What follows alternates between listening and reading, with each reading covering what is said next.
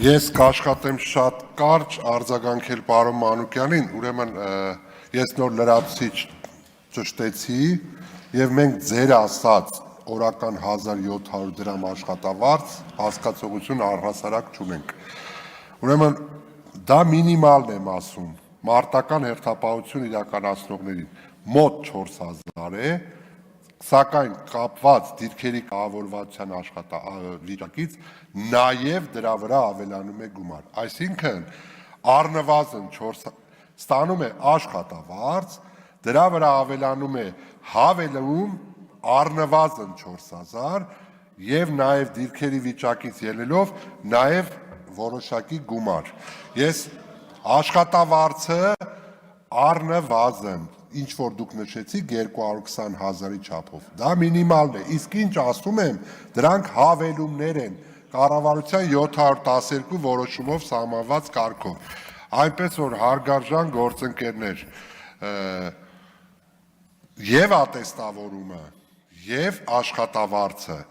դրանք փոխկապակցված զինվորականի թե սոցիալական վիճակը, թե զինծառայողի կարգապահություն, իր ֆիզիկական ամրակազմ վիճակի պահպանություն, թե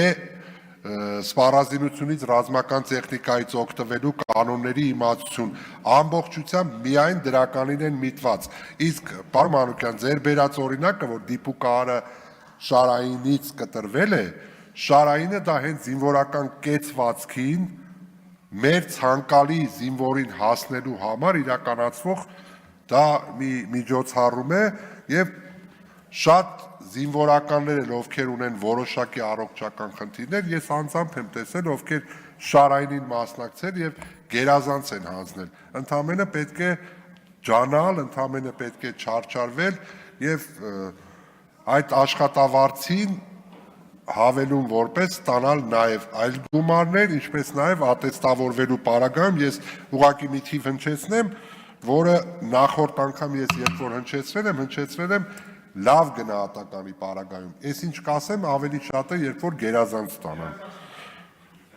Ես ասեմ լավը, որը այս պայն հստակ կարող եմ ասել, 9 խմբի մեր սերժանտի ատեստավորված սերժանտի աշխատավարձը, որը կարող է նաև չունենալ բարձրագույն կրթություն, կազմելու է առնվազն 670,000։ Այո, դրանից ներքև 635,008 խմբինը։ Մենք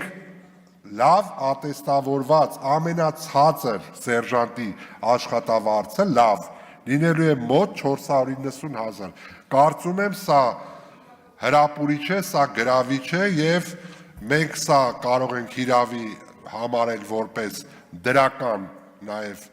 մոտեցում, թե սոցիալական վիճակի բարելավման իմաստով եւ թե մեր զինված ուժերը պատրաստված սերժանտներով համալրելու իմաստով։ Շնորհակալություն։